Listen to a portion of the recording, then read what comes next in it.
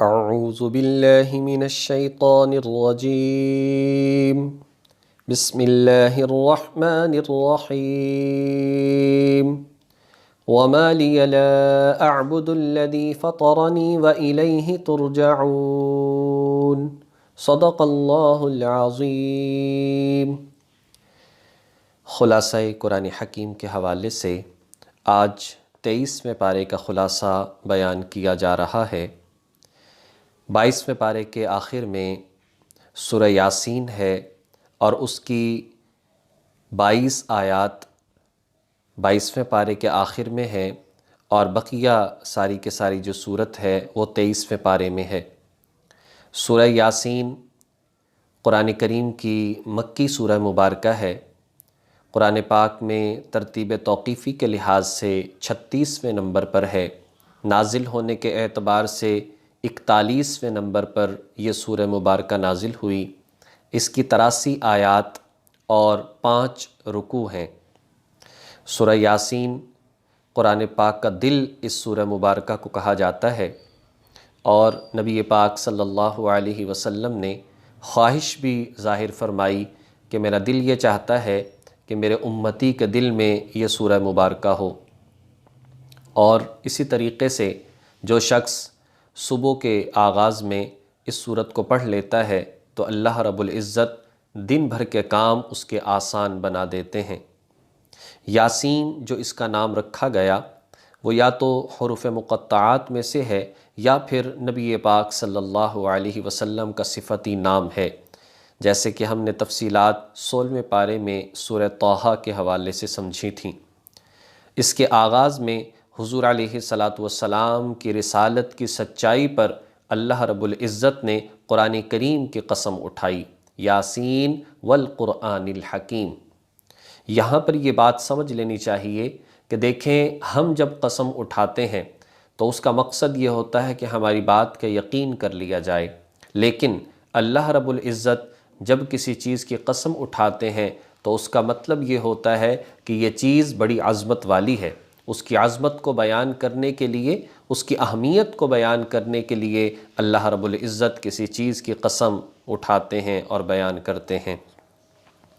اس کی ابتدائی آیات میں اور 23ویں پارے کے آغاز میں اللہ رب العزت 3 انبیاء علیہم السلام کا ذکر اور ان کا انکار، کہ جب ان 3 انبیاء علیہم السلام کو ایک بستی کی طرف بھیجا گیا اور ان بستی والوں نے ان انبیاء کا انکار کیا، ایک شخص نصیحت کرنے والا جس کا نام حبیب نجار تھا، یہ آیا، اس نے دیکھا کہ لوگ انبیاء کا انکار کر رہے ہیں، صرف یہیں پر بس نہیں بلکہ انبیاء کو نقصان پہنچانا چاہتے ہیں، تو یہ شخص دوڑتا ہوا آیا اور اس نے اپنی قوم کو سمجھانا شروع کیا کہ اے لوگو، جو نبی، جو مبارک ہستیاں تمہارے بھلے اور فائدے کے لیے تمہیں پیغام سنا رہی ہیں، ان کی بات کو ماننا چاہیے۔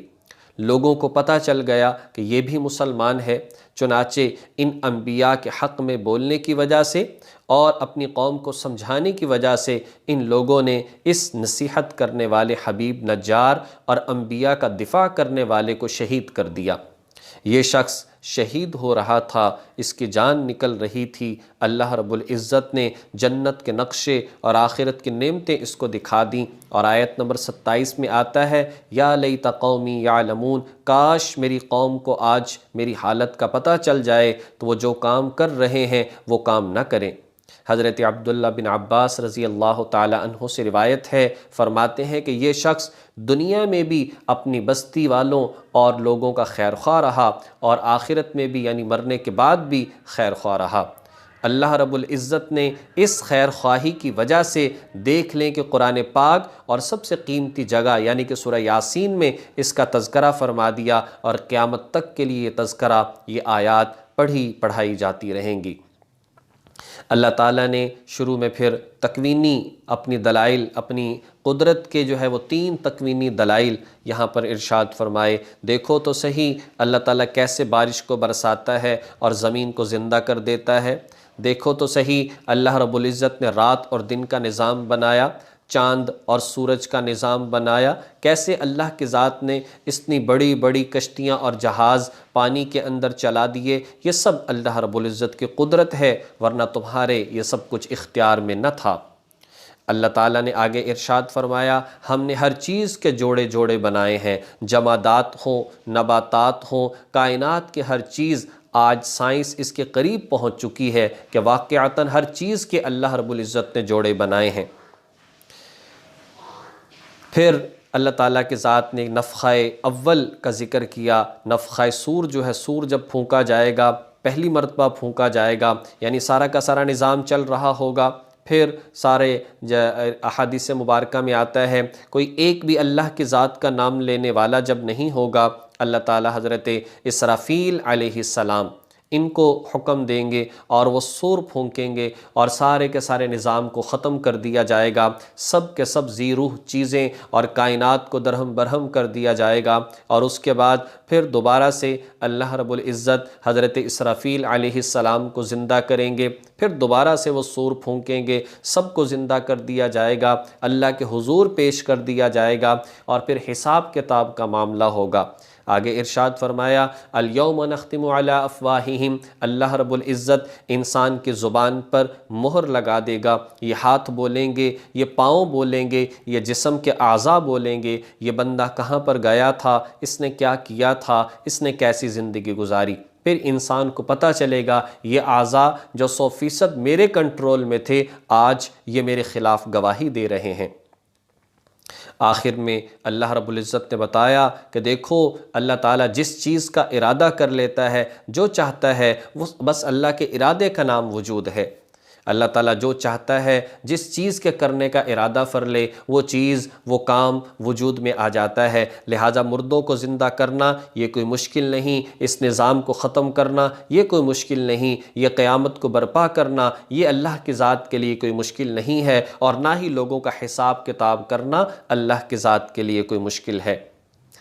پھر سورہ صافات کا آغاز ہوتا ہے، جو کہ قرآن کریم میں ترتیب توقیفی کے لحاظ سے 37ویں نمبر پر ہے۔ نازل ہونے کے اعتبار سے یہ سورۃ 56 نمبر پر نازل ہوئی، اس کی 182 آیات اور 5 رکوع ہیں۔ مکی سورہ مبارکہ ہے۔ صافات کا مطلب ہے صف باندھنے والے۔ اس سے مراد یہ بھی ہو سکتا ہے کہ نمازی جو صف باندھ کر نماز ادا کرتے ہیں، یہ بھی ہو سکتا ہے کہ مجاہد جو صفیں باندھ کر دشمن سے اللہ کے دین کی سر بلندی کے لیے لڑتے ہیں، یا پھر فرشتے بھی ہو سکتا ہے جو صف باندھے اللہ کی عبادت کرتے ہیں یا مسلمانوں کی مدد کے لیے حاضر رہتے ہیں۔ شہاب ثاقب کا ذکر کیا کہ شہاب ثاقب یعنی ایک ستارہ، جب شروع کے اندر نبی علیہ السلام جب تشریف نہیں لائے تھے تو اس وقت جو ہے یہ جو جنات شیاطین ایک کے اوپر دوسرا، دوسرے کے اوپر تیسرا، پھر یہ اوپر تک چلے جاتے اور ملائے اعلیٰ کی خبریں کچھ نہ کچھ سن لیا کرتے تھے، جہاں پر اللہ تبارک و تعالیٰ فرشتوں کو کوئی حکم دیتے اور فرشتے آپس میں کہ مجھے یہ ذمہ داری ملی ہے، مجھے یہ ذمہ داری ملی ہے، آپس میں بات کرتے، کوئی بات ان جنات کے پلے پڑ جاتی، پھر یہ نیچے آتے، نجومیوں کو بتاتے، اور کاہن لوگ پھر لوگوں کو گمراہ کرتے ان باتوں کے ذریعے سے۔ لیکن نبی علیہ السلام کو جب اللہ کی ذات نے بھیجنے کا ارادہ فرمایا تو آسمانوں پر ایک کڑے پہرے لگا دیے، سخت پہرے داری وہاں پر جو ہے متعین فرما دی۔ لہٰذا اب اگر کوئی ایسی کوشش کرتا ہے تو شہاب ثاقب اس کا پیچھا کرتا ہے اور اس کو شدید زخمی کر دیتا ہے یا اس کو مار دیتا ہے جن کو۔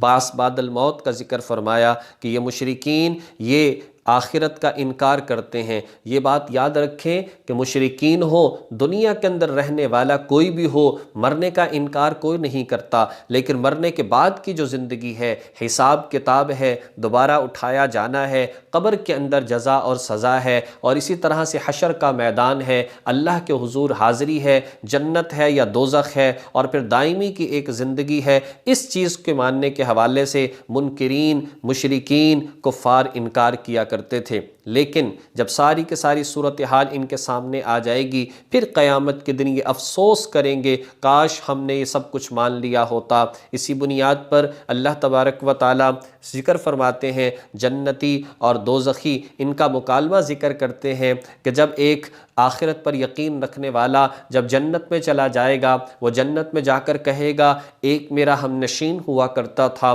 ایک میرا دوست ہوا کرتا تھا جو قیامت کا انکار کرتا تھا، آج مجھے دکھایا جائے کہ وہ کہاں پر ہے۔ اللہ تبارک و تعالیٰ پردے ہٹائیں گے اور وہ اس کا دوست دوزخ میں ہوگا۔ پھر وہ کہے گا کہ دیکھو کیا میں تمہیں سمجھاتا نہیں تھا؟ اس وقت وہ کہے گا کہ کاش میں مان لیتا، لیکن یہ جنتی کہے گا میرے اللہ کی ذات کی مہربانی ہے، میرے اللہ کی ذات کی رحمت ہے، اگر میرے اللہ کی رحمت اور اس کی مدد شامل حال نہ ہوتی تو مجھے ہلاک کر چکا تھا۔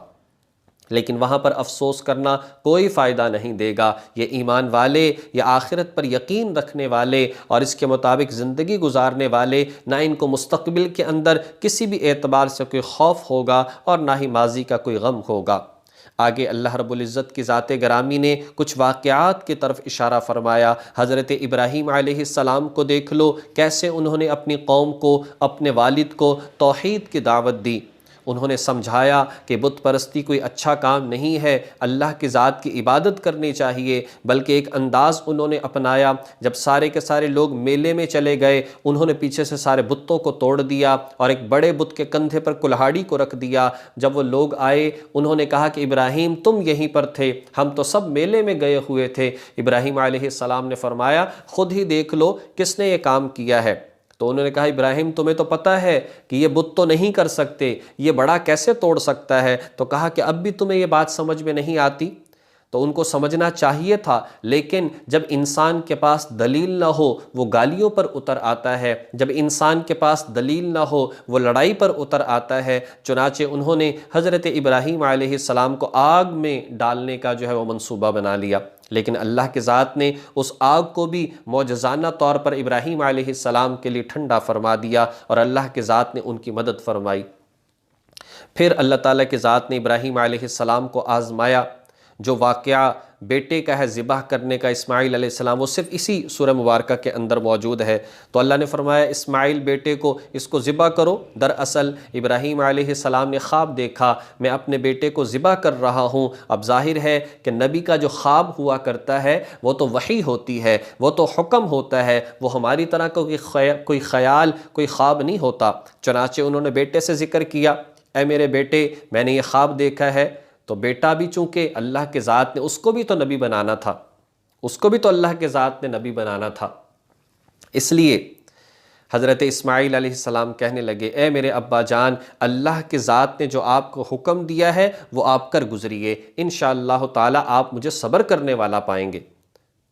تو حضرت اسماعیل علیہ السلام اس بات پر تیار ہو گئے۔ تو حضرت ابراہیم علیہ السلام نے ان کو ذبح کرنے کے لیے لٹایا، لیکن اللہ کی ذات نے کرم اور رحم کا معاملہ فرمایا اور آسمان سے دمبا نازل کر دیا، پھر اس کو ذبح کر دیا گیا، جس کی یاد میں آج ہم بڑی عید، قربانی والی جو عید ہے عید الاضحیٰ کو منایا کرتے ہیں۔ پھر حضرت الیاس علیہ السلام کا ذکر فرمایا، جو کہ بعل نامی ایک بستی کے اندر بھیجے گئے تھے، جہاں کے رہنے والے بعل بکہ اس بستی کا نام تھا، اور بعل نامی بت کو وہ لوگ پکارا کرتے تھے، اس کی عبادت کیا کرتے تھے۔ نبی نے جا کر سمجھایا، لیکن یہ لوگ باز نہ آئے، آخرکار اللہ کے ذات نے شرک کرنے والوں کو ہلاک کر دیا۔ حضرت لوط علیہ السلام، نوح علیہ السلام کے واقعات ذکر فرمائے جو پہلے بھی گزر چکے ہیں۔ حضرت یونس علیہ السلام کا واقعہ ذکر فرمایا، ان کی قوم نے بات کو نہ مانا، یونس علیہ السلام وہاں سے نکل پڑے، اور پھر اللہ تعالیٰ کی ذات نے جو ہے چونکہ اللہ کی ذات نے حکم نہیں دیا تھا ابھی، جس کی وجہ سے اس بنیاد پر انہیں مچھلی کے پیٹ میں بھی کچھ وقت گزارنا پڑا۔ اللہ کی ذات کو پکارا انہوں نے، اللہ کی ذات سے دعا کی، اللہ تعالیٰ نے نجات عطا فرمائی، اور اس کے بعد ان کی جو قوم ان پر عذاب آ گیا، لیکن انہوں نے توبہ کی، اللہ تعالیٰ کی ذات نے آئے ہوئے عذاب کو واپس لوٹا دیا۔ یہ واحد قوم یونس ہے جن پر آیا ہوا عذاب ٹل گیا۔ سورہ صاد کا ذکر ہوتا ہے قرآن کریم میں، 38ویں نمبر پر یہ سورہ مبارکہ ہے، نازل ہونے کے اعتبار سے بھی یہ 38ویں نمبر پر ہے۔ اس کی 88 آیات اور 5 رکوع ہیں۔ شروع ہی کے اندر اللہ تبارک و تعالیٰ نے یہ ارشاد فرمایا کہ مشرکین بڑے عجیب ہیں جو نبی پر اعتراض کرتے ہیں کہ کیسے ایک انسان کو نبی بنا دیا گیا۔ آگے حضرت داؤد علیہ السلام کا ذکر کیا۔ حضرت داؤد علیہ السلام اللہ کی ذات نے ان کو ذکر کرنے والا دل عطا فرمایا، شکر کرنے والی زبان عطا فرمائی، اللہ کے ذات نے ان کو جادوئی آواز عطا فرمائی۔ وہ اللہ کی کتاب کو پڑھا کرتے تھے تو پرندے تک ان کی بات کو سنا کرتے تھے۔ وہ کبھی روزہ رکھتے، کبھی افطار کرتے، یعنی ایک دن وہ روزہ رکھتے اور ایک دن جو ہے روزہ نہ رکھتے، اتنے اللہ تعالیٰ کے عبادت گزار تھے۔ اور پھر ان کے بیٹے حضرت سلیمان علیہ السلام کو اللہ کے ذات نے ان سے بھی بڑھ کر حکومت عطا فرمائی۔ حضرت یعقوب علیہ السلام کی نسل سے پھر حضرت ایوب علیہ السلام آئے، اللہ تعالیٰ کی ذات نے انہیں باغات عطا فرمائے، مال مویشی عطا فرمائے، اولاد عطا فرمائی، لیکن پھر آزمائش آئی، اولاد بھی ساری اللہ کو پیاری ہو گئی، سارے جانور یہ بھی ہلاک ہو گئے، فصلیں بھی جو ہے وہ سب کے سب ہلاک ہو گئے، لیکن انہوں نے صبر سے کام لیا، اللہ کی ذات کا شکر ادا کیا، تو اللہ کی ذات نے دوبارہ سے وہ ساری کی ساری نعمتیں واپس لوٹا دیں۔ آدم اور ابلیس کا واقعہ ذکر کیا، کیسے اللہ کی ذات نے آدم علیہ السلام کو بنایا اور ان کو عزت عطا فرمائی، اور ابلیس کیسے ملعون اور مردود ٹھہرایا گیا۔ نبی علیہ السلام کے حوالے سے آگے فرما دیا کہ اے نبی آپ اعلان فرما دیجئے کہ میں تمہیں دعوت جو دیتا ہوں اس پر کسی قسم کا کوئی مطالبہ تم سے نہیں کرتا، میں نے تو اپنے اللہ کی ذات سے اس کا اجر حاصل کرنا ہے۔ یہ جتنے بھی واقعات ہیں ان سے ایک بات ہمیں سمجھ میں آتی ہے، اگر زندگی میں ایمان ہے، اگر زندگی میں نیک اعمال ہیں، اگر زندگی میں اللہ کی ذات پر بھروسہ توکل ہے تو انسان کامیاب ہے، چاہے پھر وہ کتنی ہی غربت میں اور پریشانی میں زندگی گزار رہا ہو۔ لیکن اگر سب کچھ ہو لیکن اللہ کی ذات پر ایمان نہیں، قیامت پر ایمان نہیں، اور اسی طرح سے زندگی کے اندر نیک اعمال نہیں، تو پھر سب کچھ ہونے کے باوجود بھی انسان خسارے، گھاٹے اور نقصان کے اندر ہے۔ اس کے بعد سورہ زمر کا آغاز ہوا۔ قرآن کریم میں ترتیب توقیفی کے لحاظ سے یہ 39ویں نمبر پر ہے، نازل ہونے کے اعتبار سے 59 نمبر پر یہ صورت نازل ہوئی۔ اس کی 75 آیات اور 8 رکوع ہیں۔ زمر دراصل کہا جاتا ہے گروہ در گروہ، اس میں جنت اور دوزخ میں داخل ہونے والے گروہوں کا ذکر فرمایا۔ آیت نمبر 71 میں آیا اِلَى جَهَنَّمَ زُمَرًا، آیت نمبر 73 میں آیا اِلَى الْجَنَّةِ زُمَرًا، یعنی گروہ در گروہ جو ہے وہ جنت میں داخل ہوں گے۔ اس کا اصل موضوع سورت مکی ہونے کی وجہ سے توحید، رسالت اور آخرت ہیں۔ آغاز میں نبی علیہ السلام کے عظیم معجزے قرآن کریم کو ذکر فرمایا کہ یہ اللہ کا کلام ہے جو حکمتوں سے بھرا پڑا ہے۔ پھر عبادت کے حوالے سے فرمایا کہ نبی علیہ السلام کے وسیلے اور واسطے سے فرمایا کہ اللہ کی عبادت ہو تو اخلاص کے ساتھ ہونی چاہیے، اس کے اندر دکھلاوا، ریاکاری اگر ہو تو عبادت ساری کی ساری ضائع ہو جاتی ہے۔ آیت نمبر 6 میں ارشاد فرمایا دیکھو میرے اللہ کی قدرت کو، یہ اللہ وہی تو ہے جو کیسے ماں کے پیٹ میں پردے در پردے اور تاریکیوں اور اندھیروں کے اندر کیسے بچے کی پرورش فرماتا ہے اور کیسے اسے پیدا فرماتا ہے۔ پھر اللہ تعالیٰ کی ذات نے توحید اور شرک کے حوالے سے مثالیں ذکر فرمائی۔ فرمایا مشرک کی مثال ایسے ہے جیسے کہ وہ ایک غلام ہے اور اس کے کئی آقا ہیں، کئی اس کے بادشاہ ہیں، سب کا مزاج الگ ہے، لڑتے جھگڑتے رہتے ہیں۔ ایک کبھی اپنے غلام کو دائیں بھیجتا ہے، دوسرا حکم دیتا ہے تم بائیں جاؤ، تیسرا حکم دیتا ہے تم فلاں چیز لے کر آؤ۔ یہ پریشان رہتا ہے، سارا دن کھپتا بھی ہے، محنت بھی زیادہ کرتا ہے، لیکن سارے کے سارے آقا اس سے ناراض بھی رہتے ہیں۔ اور توحید والا وہ ہے جو جس کی مثال ایسے ہے کہ جس کا ایک ہی با اخلاق مالک ہو اور وہ اپنے غلام کو بڑے پیار سے حکم دیتا ہے، اس کا احساس بھی کرتا ہے، زیادہ مشقت بھی نہیں ڈالتا۔ تو بھلا بتاؤ تو صحیح، جو شرک کرنے والا ہے یہ زیادہ راحت اور سکون میں ہے یا جو توحید کا پرستار ہے وہ زیادہ مزے اور سکون کے اندر ہے؟ اللہ تعالیٰ نے ان دونوں مثالوں سے ہمیں اپنے عقائد کو درست رکھنے کے حوالے سے حکم دے دیا کہ اے لوگو اپنے عقائد کو درست کرو، کہیں ایسا نہ ہو تم نے مال و دولت کو، تم نے اپنے بچوں کو، تم نے عہدوں کو، تم نے کاروبار کو اپنا خدا بنا رکھا ہو۔ کبھی تم کاروبار کو درست کرنا چاہتے ہو، عبادتیں متاثر ہو جاتی ہیں، کبھی تم جو ہے اپنے بچوں کی ضروریات کو پورا کرنا چاہتے ہو تو رزق حلال متاثر ہو جاتا ہے۔ ایسا ہرگز مت کرو، سب سے پہلے اپنے اللہ کی ذات کو خوش کرنے کی کوشش کرو، باقی سارے کام ہوتے رہیں گے۔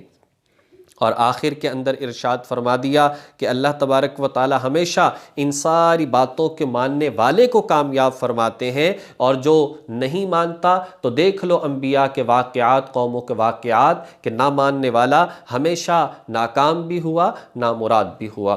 اللہ تبارک و تعالی ہمیں ان واقعات سے، ان باتوں سے ہر چیز کو سمجھنے کی اور شریعت کے مطابق زندگی گزارنے کی توفیق عطا فرمائے۔ وآخر دعوانا ان الحمد للہ رب العالمین۔